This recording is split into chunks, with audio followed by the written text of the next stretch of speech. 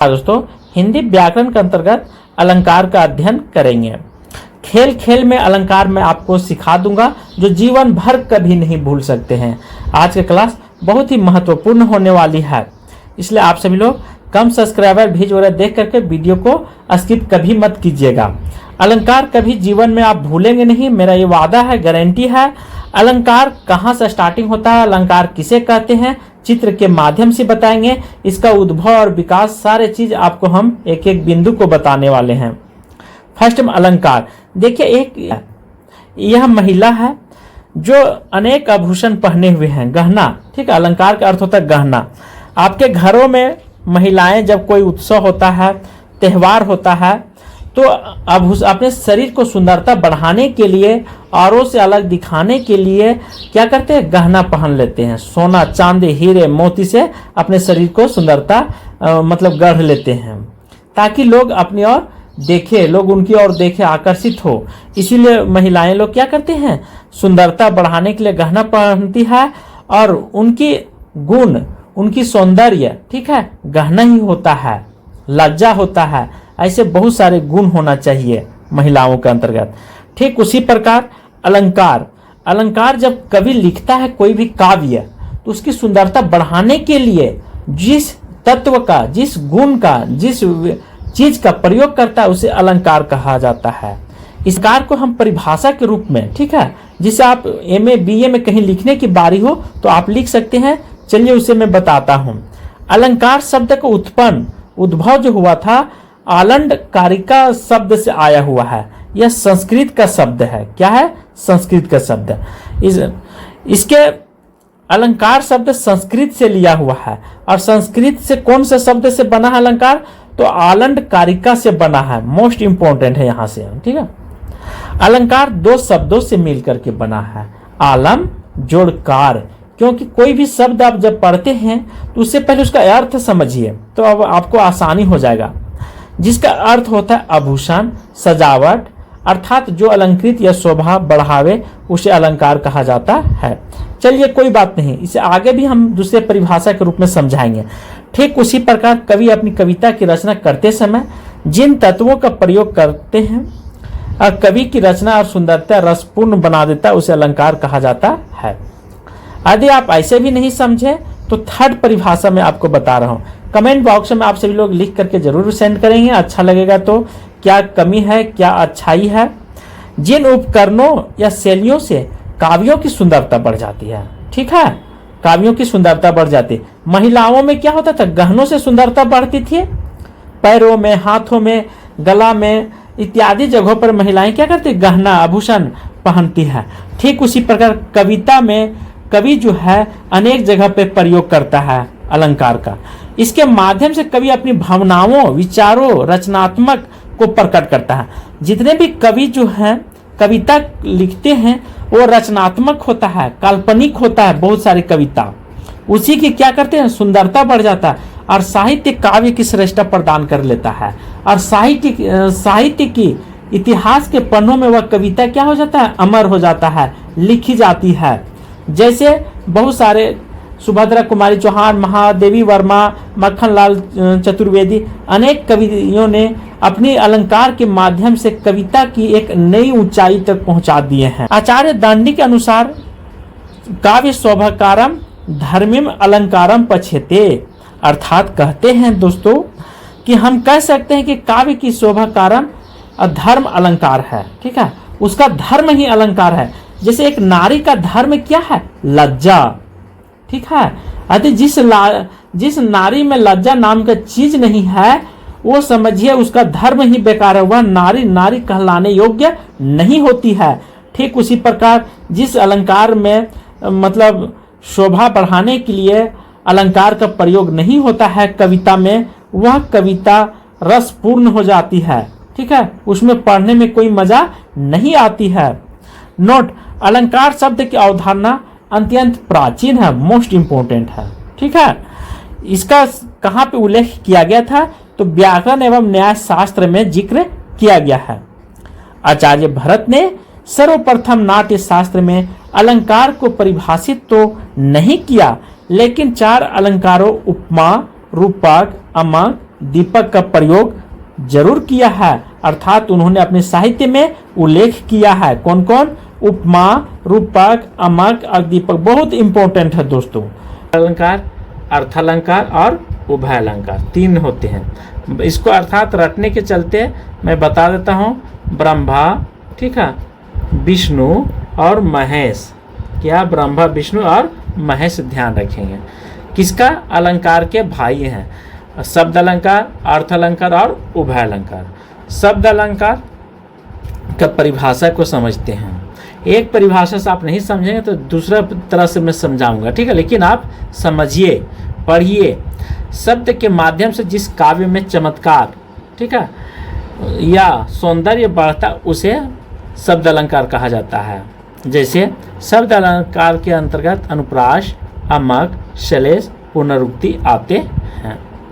Note, शब्द के अर्थ होते हैं और ध्वनि अर्थों, इसी ध्वनि के आधार पर शब्द अलंकार की सृष्टि होती है।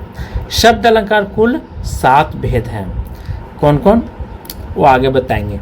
अर्थालंकार, ठीक है, जहाँ पर अर्थ के आधार पर काव्य में चमत्कार अर्थात सौंदर्य उत्पन्न हो, सुंदरता बढ़ जाता है, वहाँ अर्थालंकार होता है। मुख्य अर्थालंकार उपमा, रूपक, उत्प्रेक्षा, मानवीकरण, विरोधाभास, संदेह, अतिशयोक्ति, भ्रांतिमान, विभावना, अनुयोक्ति, ये सब मुख्य अर्थालंकार के अंतर्गत आते हैं। ठीक है। उभय अलंकार, जो अलंकार शब्द और अर्थ दोनों पर आश्रित रह करके काव्य में चमत्कार उत्पन्न हो उसे उभय अलंकार कहते हैं। अलंकार जिसमें शब्द और अर्थकार दोनों का गुण मिलता हो पाया जाए तो उसे उभय अलंकार कहा जाता है। कहने का अर्थ है अर्धनेश्वर, जिसे भगवान शिव को क्या बोला गया? अर्धनेश्वर। आधा में क्या थे? पार्वती जी के रूप थे और इसी में आधा में शिव शंकर थे। ठीक है, तो दोनों का गुण था। क्या था? दोनों का गुण, आधा नारी का आधा पुरुष का, तो उसे उभय अलंकार के अंतर्गत कह सकते हैं, रखा जाता है। उभय अलंकार के भेद, उभय अलंकार के 2 भेद होते हैं, संशिष्टि और शंकर। संशिष्टि अलंकार तिल, तुड़न, न्याय से परस्पर निरपेक्ष अनेक अलंकारों की स्थिति संशिष्टि अलंकार कहलाता है।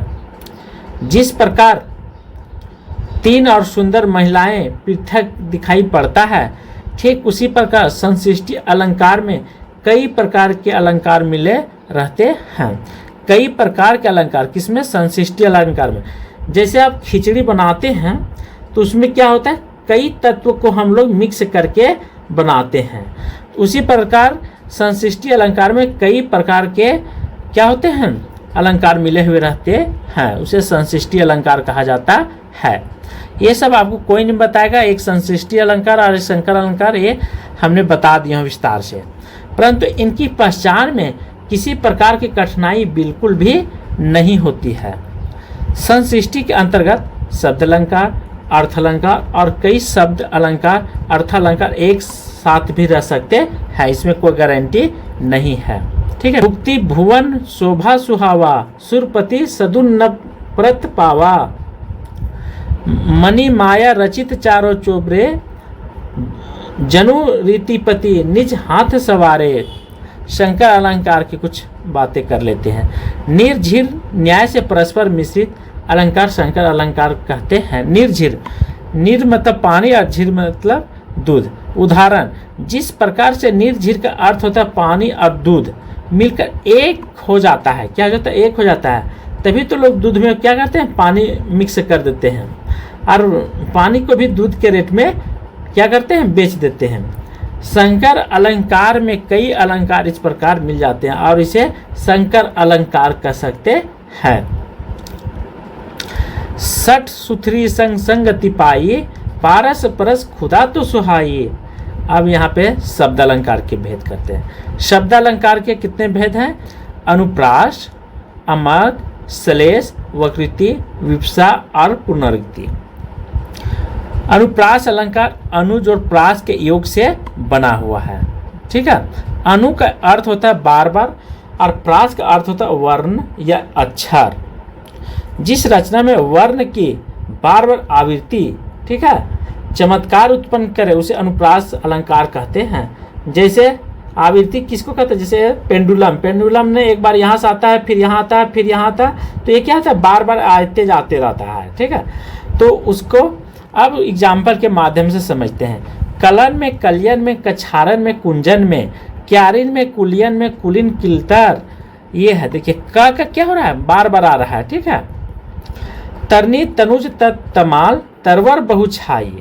ठीक है, तक का क्या हो रहा है, आवृत्ति बार बार हो रहा है, और एक चमत्कार उत्पन्न है, सुंदरता बढ़ रही है। चमत्कार मतलब सौंदर्य बढ़ना कविता में। ठीक, कवि का। विमल वाणी में वाणी ली, कमल कोमल कर में सुप्रीत। अब अनुप्रास, वृत्त्यानुप्रास, लाटानुप्रास, अंत्यानुप्रास और श्रुत्या अनुप्रास, ये अनुप्रास के भेद हो गए। इससे पहले हमने बताया था शब्द अलंकार के भेद। ठीक है, उसी प्रकार शब्द अलंकार के बाद अनुप्रास इसके। ठीक है, अब इसके कितने भाई हो गए हैं, तो 5 भाई हो गए अनुप्रास के। ठीक है, तो अनुप्रास के छेकानु, वृत्त्या, लाटा, अंत्या अनुप्रास, श्रुत्या अनुप्रास। ठीक है, ये सब इनके भाई हैं। छेकानुप्रास जिस जगह पर स्वरूप और क्रम से अनेक व्यंजनों की आवृत्ति एक बार हो उसे छेकानुप्रास कहा जाता है। अब यहाँ बात करते व्यंजन कौन कौन है, जैसे क, ख, ग, घ। व्यंजनों की संख्या 39 है संयुक्त वगैरह मिला करके, और मूल स्वर 33 है। ठीक है, और टोटल वर्णमाला कितने 52 है। तो ये सब के बार बार आएगा, व्यंजन की बात कर रहा है। छेका का अर्थ होता है चतुर और चालाक। दोस्तों, चतुर और चालाक व्यक्ति ही तो चोरी करता है। जैसे गाड़ी में, ट्रेन में जो पैसा चोरी करते हैं, तो ये सब क्या होते हैं, चालाक होते हैं। उसी का अर्थ छेका मतलब। और दूसरी बात, यदि आप रोड में जा रहे हैं अलग से, ठीक, रात उत में, तो देखिए तो ये चोर लोग क्या करते हैं, छेक देते हैं। ठीक है, छेक करके क्या करते हैं, चालाकी से ये सब पैसा आपको छीन लेते हैं। बंदूक में गोली रहे या न रहे, लेकिन बंदूक के डर से आपको ये सब लूट लेते हैं। तो चतुर होते हैं, चालाक होते हैं। तो छेकना मतलब चतुर और चालाक। जहाँ पे क्रम, वर्ण क्रम क्या हो, बार बार होगा। ठीक है, व्यंजन की संख्या बार बार आवृत्ति होगा, वहाँ पे छेकानुप्रास होगा। रिझी रिझी, रसी रसी, हंसी हंसी, देखिए है ना, हर जगह बार बार। सांसें भरी, आंसू भरी, कहत दही दही, देख लीजिए। तो यहाँ पर क्या व्यंजन बार बार आवृत्ति हो रहा है, वृत्त्यानुप्रास। जहाँ पर एक या अनेक व्यंजनों की आवृत्ति बार बार होती है, क्रम आवृत्ति में होता है, वृत्त्यानुप्रास कहा जाता है, क्रमता होता है। ठीक है, जैसे एक के बाद एक।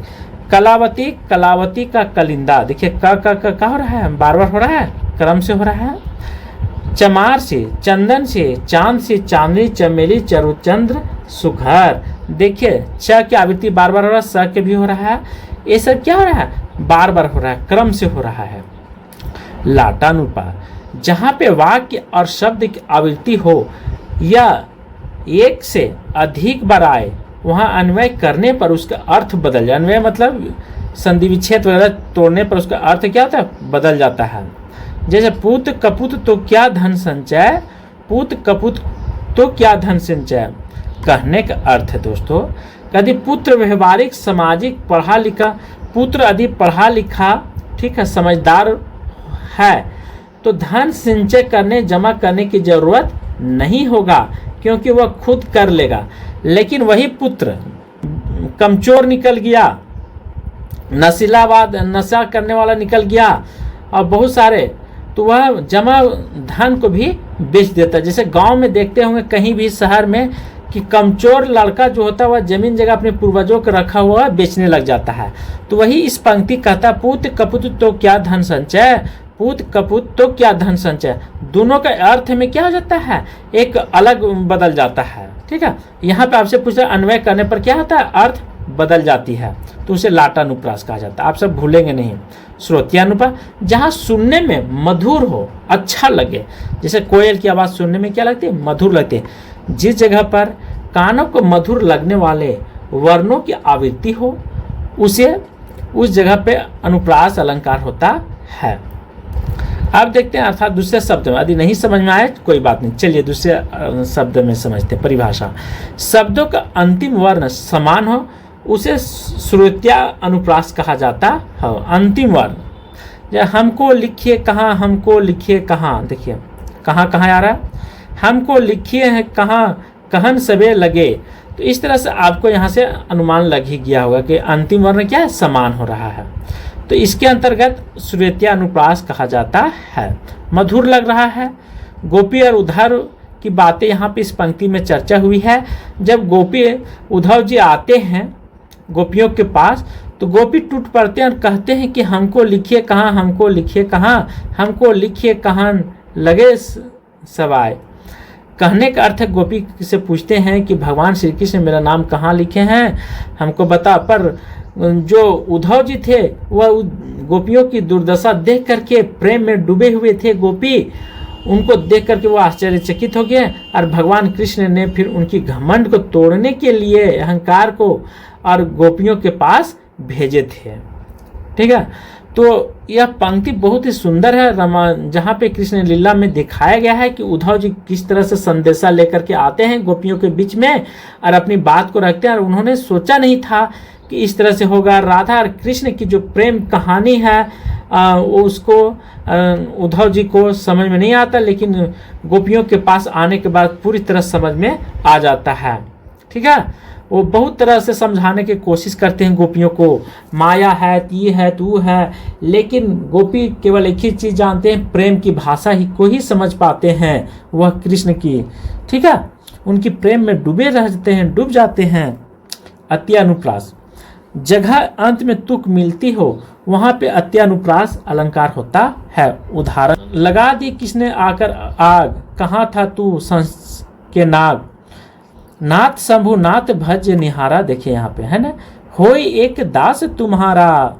कहने का अर्थ इसमें पंक्ति में कहते हैं, ठीक है, कि हे प्रभु मैं एक दास हूँ, मैं दिन रात भजन करता हूँ। और शंभु नाथ मतलब भगवान के प्रति, कोई नाथ शंभु नाथ भज निहारा, होई कोई दास तुम्हारा। मैं एक दास हूँ, आप अपने दास को पहचानिए। अमक अलंकार, जहाँ एक शब्द दो बार या दो से अधिक बार आए, ठीक है, उसका अर्थ हर बार अलग अलग हो जाता है। 3 बेर खाती थी, 3 बेर खाती थी।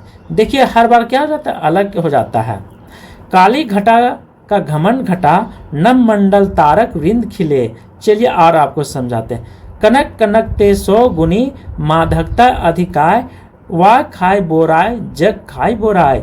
अर्थात कहने का अर्थ है दोस्तों, बहुत से लोग आदि बदी में धन संचय कर लेते, पा लेते हैं। जैसे जो 50,000 रुपया नहीं देखा है वो 5 लाख रुपया देख लेता है, 50 लाख देख लेता है। तो क्षुद्र नदी की भांति वो उछलने लगता है, अपने समाज में किसी को समझने नहीं लग जाता है, लड़ाई झगड़ा वगैरह वगैरह करने लग जाता है। तो उसी प्रकार धौतरा पी जाने से जिस जाता है, उसी प्रकार धन मिल जाने से लोगों की नशा हो जाती है, वह बोरा जाता है और किसी को समझ में नहीं लगता है।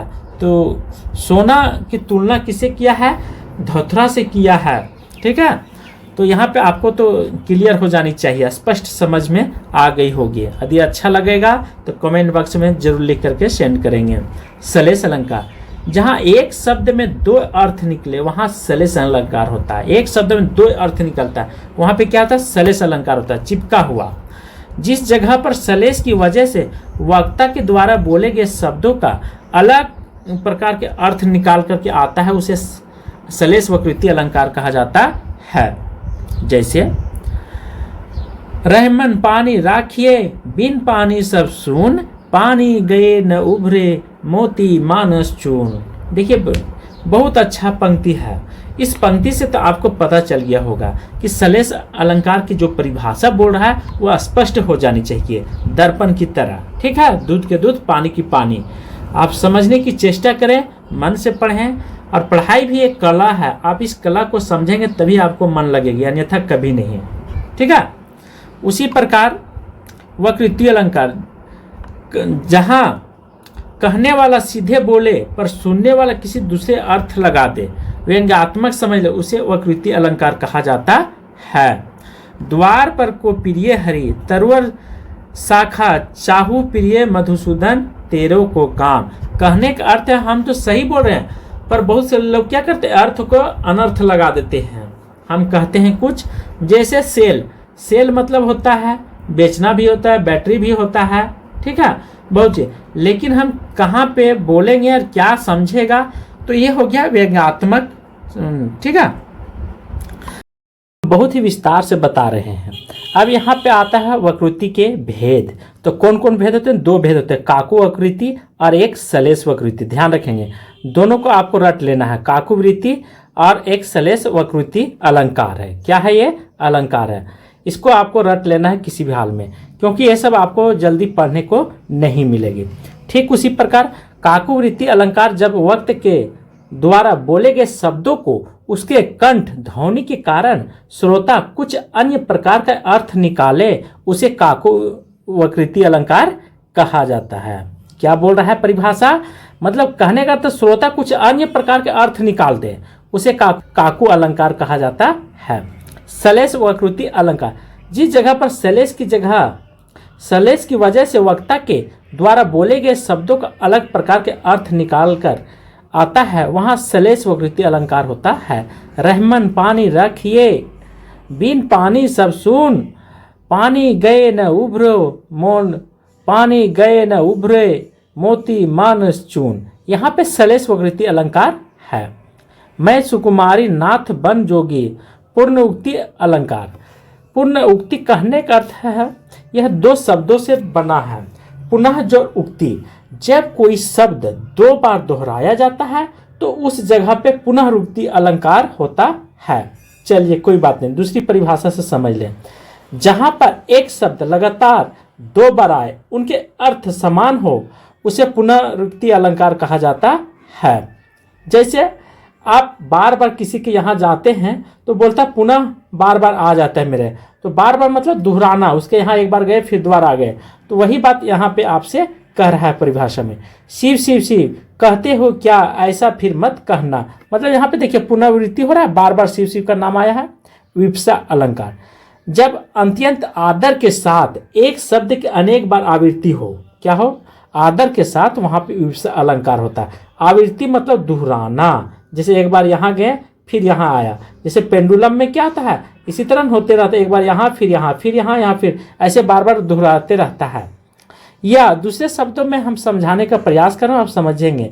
जब आदर्श, हर्ष, शोक, विषामदी बोधक आदि भावों की प्रभावशाली रूप से व्यक्त करने के लिए शब्दों को पुनरावृत्ति को विप्सा अलंकार कहा जाता है। किस किस चीज को? शोक यानी दुख को, विषामदी बोधक, हर्ष आदि भावों को। ठीक है, इसमें सुख दुख सब कुछ हो सकता है। इन सभी चीजों को व्यक्त करने के लिए जिस कवि ने कविता की रचना करता है वह विप्सा अलंकार के अंतर्गत आता है। मोही मोही मोहन को मन भयो राधा मय, राधा मन मोही मोहन मयी मयी। देखिए मोहन मतलब यहाँ पे दो अर्थ हो रहा है। मोहन मतलब मन को महने वाला, मन को मोहने वाला। ठीक है, इस तरह से देखिए यहाँ पे दोनों प्रेम का भी बोध हो रहा है, ये ध्यान रखेंगे। और विषम, और यहाँ पे बोल रहा शोक का भी, इत्यादि चीज़ों का इस पंक्ति में दिखा रहा है।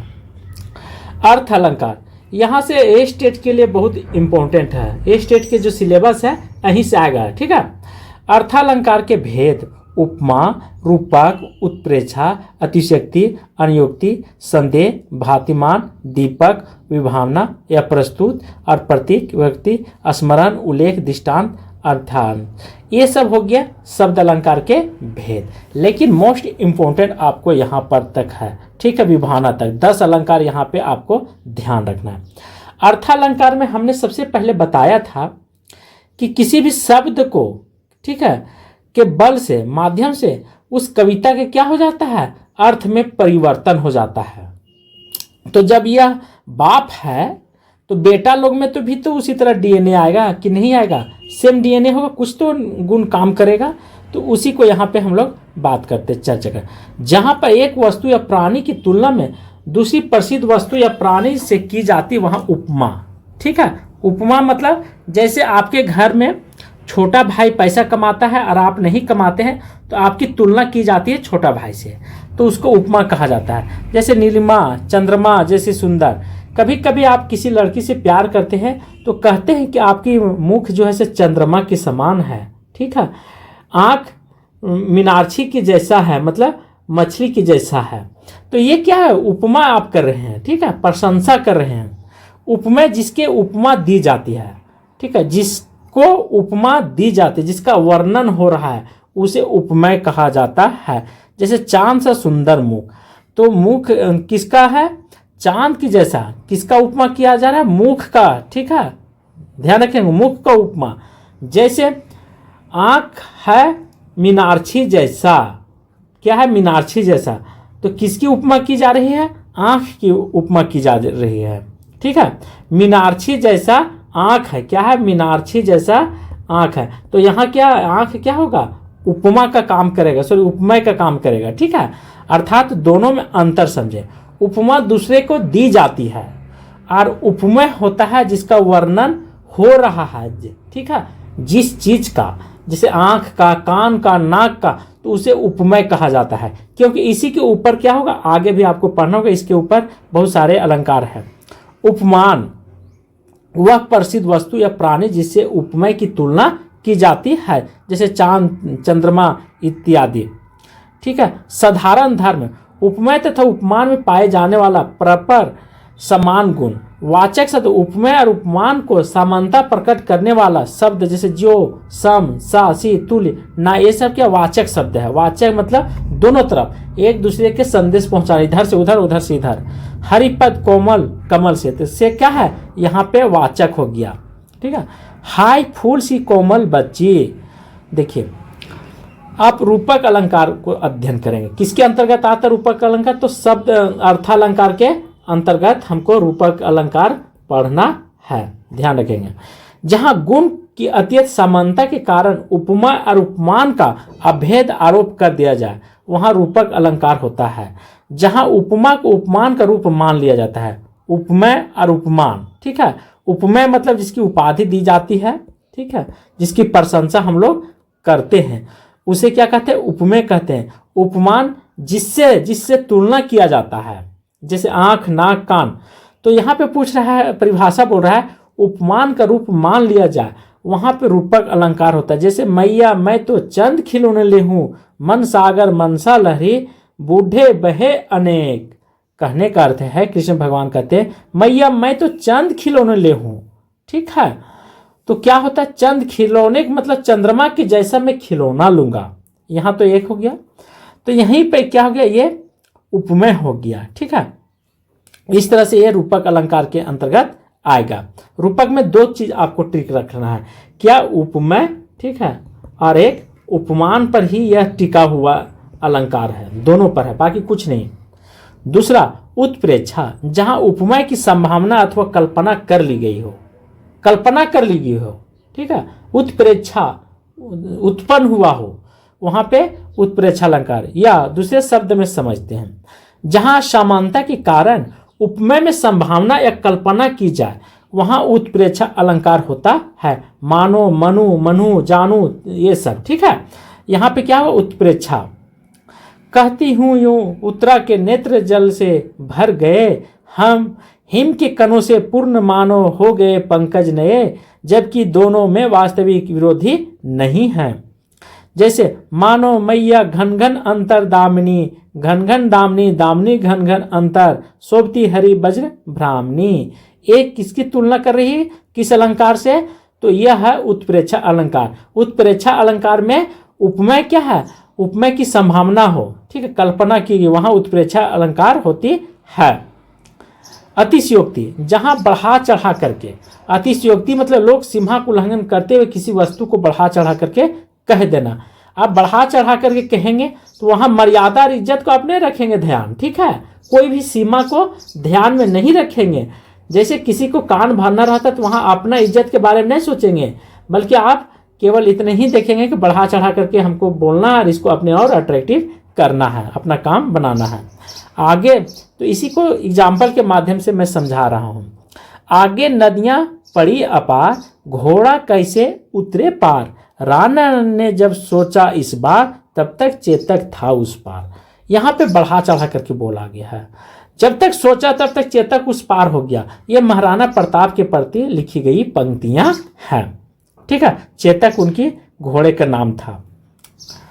अनुयोक्ति जहां अप्रस्तुत के द्वारा प्रस्तुत का व्यंग्यात्मक कथन किया जाए, क्या किया जाए, कथात्मक व्यंग किया जाए, वहां अनुयोक्ति अलंकार कहा जाता है। नहीं पराग नहीं मधुर मधु, नहीं विकास यही काल। फिर से सुनेंगे, नहीं पराग नहीं मधु मधु, नहीं विकास यही काल। ये जैसे जो एक कवि थे, ठीक है, वो अपने राजा को जगाने के लिए, ठीक है, और वह राजा जो था इतनी डूबा हुआ था वासना में, ठीक है, रंग बिरंगे दुनिया में, कि उसे अपने क्षेत्र को, अपने राज्य का कुछ पता ही नहीं चलता था। और वैसे वैसे लड़कियों साथ हुआ समय बिताता था जिसमें कोई अस्तित्व नहीं था, जिसका शरीर भी विकास नहीं किया था, उसके साथ वह दिन रात महल के अंदर ही रहता था। तो कवि कहता है, नहीं पराग नहीं मधु मधु, नहीं विकास यही काल। यह कविता के माध्यम से राजा को समझाने का प्रयास किया गया है, ठीक है। तो यह क्या है, अनुयोक्ति अलंकार कहा जाता है। अनुयोक्ति ट्रिक के माध्यम से देखते हैं, जहां अप्रस्तुत के द्वारा, प्रस्तुत व्यंग्यात्मक है, क्या है, हम जो बात कह रहे हैं वो डायरेक्ट रूप से नहीं कर रहे, बल्कि घुमा फिरा करके कहने का हम कोशिश कर रहे हैं, वहां पे क्या है, अनुयोक्ति अलंकार, ठीक है। भ्रांतिमान, भ्रम किसी एक चीज के देख करके उसके समान किसी अन्य वस्तु या भ्रम हो तब उसे भ्रांति अलंकार कहा जाता है। जैसे वृंदावन विहरत फिरे राधा नंद किशोर, नीरद आमने जान संग डोले बोले मोर। यहाँ पे भ्रांति है, अर्थात जब डाली पर मोर बैठती है, कभी कभी ऐसा लगता है हवा के माध्यम से डाली डोलती तो लगता है वहां से मोर उड़ करके दूसरे जगह पे जाके बैठी है, तो वहां पे उत्पन्न होता है उस जगह पे। वैसे अलंकार को क्या कहेंगे, वैसे कविताओं को भांतिमान अलंकार के अंतर्गत रखा गया है, ध्यान रखेंगे।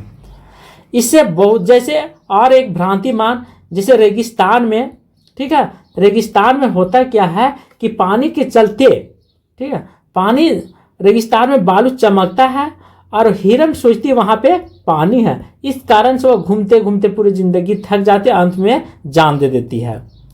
दीपक अलंकार, जहां उपमेय और उपमान दोनों का एक धर्म कहा जाए, अर्थात न लाल में, अर्थात न दिन और रात में कोई अंतर न फर्क पड़े, ठीक है। वैसे व्यक्ति जो धोखेबाज होता है उसके लिए धर्म अधर्म का कोई मायने नहीं होता है, उसको हम दीपक अलंकार के अंतर्गत रख सकते हैं। वही बात यहाँ पे कहता है, उपमेय, ठीक है, उपमान दोनों का धर्म कहा जाए, क्या कहा जाए, धर्म कहा जाए, वहां दीपक अलंकार होता है। अर्थात जिस प्रकार एक स्थान पर रखा हुआ दीपक अनेक वस्तु को प्रकाशित करता है, वहां पे क्या होता है, दीपक अलंकार होता है। मुख है चंद शोभिती, पिता मरण का शोक न, सीता हरण जाने का, लक्ष्मण हाय हाय शोक गिरध के मर जाने का, वहां पे क्या है, दीपक अलंकार। विभाना, वह शब्द विशेष प्रकार की कल्पना जहां बिना कारण के ही कार्यों हो जाने, वहां विभाना अलंकार होता है। बिन पद चले बिन कान्हा, देखिए यहाँ पे विभाना अलंकार का एग्जाम्पल है। बिन पद चले बिन कान्हा, बिन कर्म करे विधि नाना, आनन रहित सकल रस भोगी, बिन वाणी वक्ता बर जोगी। कहने का अर्थ है दोस्तों, विभाना अलंकार के अंतर्गत भगवान श्री कृष्ण कहते हैं, भगवान बोलते हैं कि मैं बिना पद के चल सकता हूँ, बिना कानों को श्रवण कर सकता हूँ, बिना कर्म विधि, बिना हाथ पांव के विधि प्रकार के नाना प्रकार के काम हम कर सकते हैं। आनंद रहित सकल रस भोगी, और सभी रसों का सुख दुख का मैं भोग सकता हूँ, आनंद ले सकता हूँ, और बिना बानी बिना वक्ता के मैं बोल सकता हूँ, सुन सकता हूँ। ये है कथन का आशा। तो ये किसके अंतर्गत आया है, विभाना अलंकार के अंतर्गत आया है, ठीक है। इस तरह से आप संदेह अलंकार, जहां किसी वस्तु को देखकर संचय बना रहे, जैसे आपकी गर्लफ्रेंड है तो आप किसी को साथ बोल करके बोलते हुए देख लिए, बात करते हुए, तो आपके अंदर में क्या होता है, संचय बने हुआ रहता है, संदेह रहता है। तो उसी प्रकार यहाँ कहता है, सारी बिच नारी है कि नारी बिच सारी, कि सारी है कि नारी है कि सारी। यह पंक्ति वहां पे चिरहरण हुआ था। थी जो था दुशासन था, वह साड़ी को खींच रहा था। ठीक है, साड़ी क्या कर रहा था? द्रौपदी की साड़ी का चिरहरण कर रहा था। वह खींचते जा रहा था, पूरे महल में जमा हो गया, लेकिन साड़ी कभी खुली नहीं, कभी अंत ही नहीं हुआ। तो कहता साड़ी बिछ है नारी कि नारी बिछ है साड़ी, कि साड़ी है कि नारी का ही साड़ी है। कहने का अर्थ है कि यह जो नारी बनी हुई है, यह साड़ी से बनी हुई है कि साड़ी ही इनको बनाया है। वह आश्चर्यचकित था दुशासन। यह काया है, यह शेष उसी की छाया है, क्षण भर उनकी कुछ न समझ में आया है। विरोधाभास, दो वस्तुओं से वस्तु विरोध न होते हुए विरोधा का प्रतीत हो, उसे विरोधाभास अलंकार कहते हैं। या अनुरागी चित्त की गति समझे नहीं कोई, ज्यों ज्यों बूढ़े श्याम रंग त्यों त्यों उज्जवल होय। यह विरोधाभास अलंकार के अंतर्गत आता है। उल्लेख, जहां पर एक वस्तु का वर्णन अनेक प्रकार से किया जाए वहां उल्लेख अलंकार होता है। तू रूप है किरण में, सौंदर्य है सुमन में, तू प्राण है किरण में, विस्तार है गगन में, विस्तार है गगन में। यह क्या है? तो यह उल्लेख किया गया है किसका? तो ध्यान रखेंगे विरोधाभास अलंकार का। कहने का है तू रूप है किरण में, सौंदर्य है सुमन में। इसी तरह आपको वहां भी परीक्षा हॉल में पंक्तियां दे दी जाएगी कविता का, और आपको वहां पे अलंकार का छांटना होगा। ठीक है, तो एक बार मैं फिर से रिवीजन कर देता हूं। जो ए स्टेट का एग्जाम देना चाहते हैं उनका सिलेबस को पुनः मैं रिवीजन करवा देता हूं, कहां से पूछे जाएंगे और कौन सा मोस्ट इंपॉर्टेंट है। तो यहाँ पे शब्द अलंकार जो होता है वो नहीं आएगा, बल्कि अर्थ अलंकार बहुत ही इंपॉर्टेंट है दोस्तों। आपको अर्थ अलंकार ही स्टेट में STT में पास करना है, अर्थात स्टेट टीचर एबिलिटी टेस्ट में। अर्थालंकार के भेद आपको पूछेगा, तो अर्थालंकार के बहुत सारे भेद हैं, लेकिन अर्थालंकार के उपमा, रूपक, उत्प्रेक्षा, अतिशयोक्ति, अनुयोक्ति, संदेह, भांतिमान, दीपक, विभावना, अप्रस्तुत, प्रतीप, ये सब अर्थालंकार के अंतर्गत आता है। मोस्ट इंपोर्टेंट है। ठीक है, आप लोग भूलेंगे नहीं। यहाँ से सेकेंड स्टेप में देखते हैं उपमा। उपमा जिसके तुलना में अर्थात प्रशंसा की जाती है उसको उपमा कहा जाता है, और जिससे तुलना की जाती है उसको उपमान कहा जाता है। ये ट्रिक है।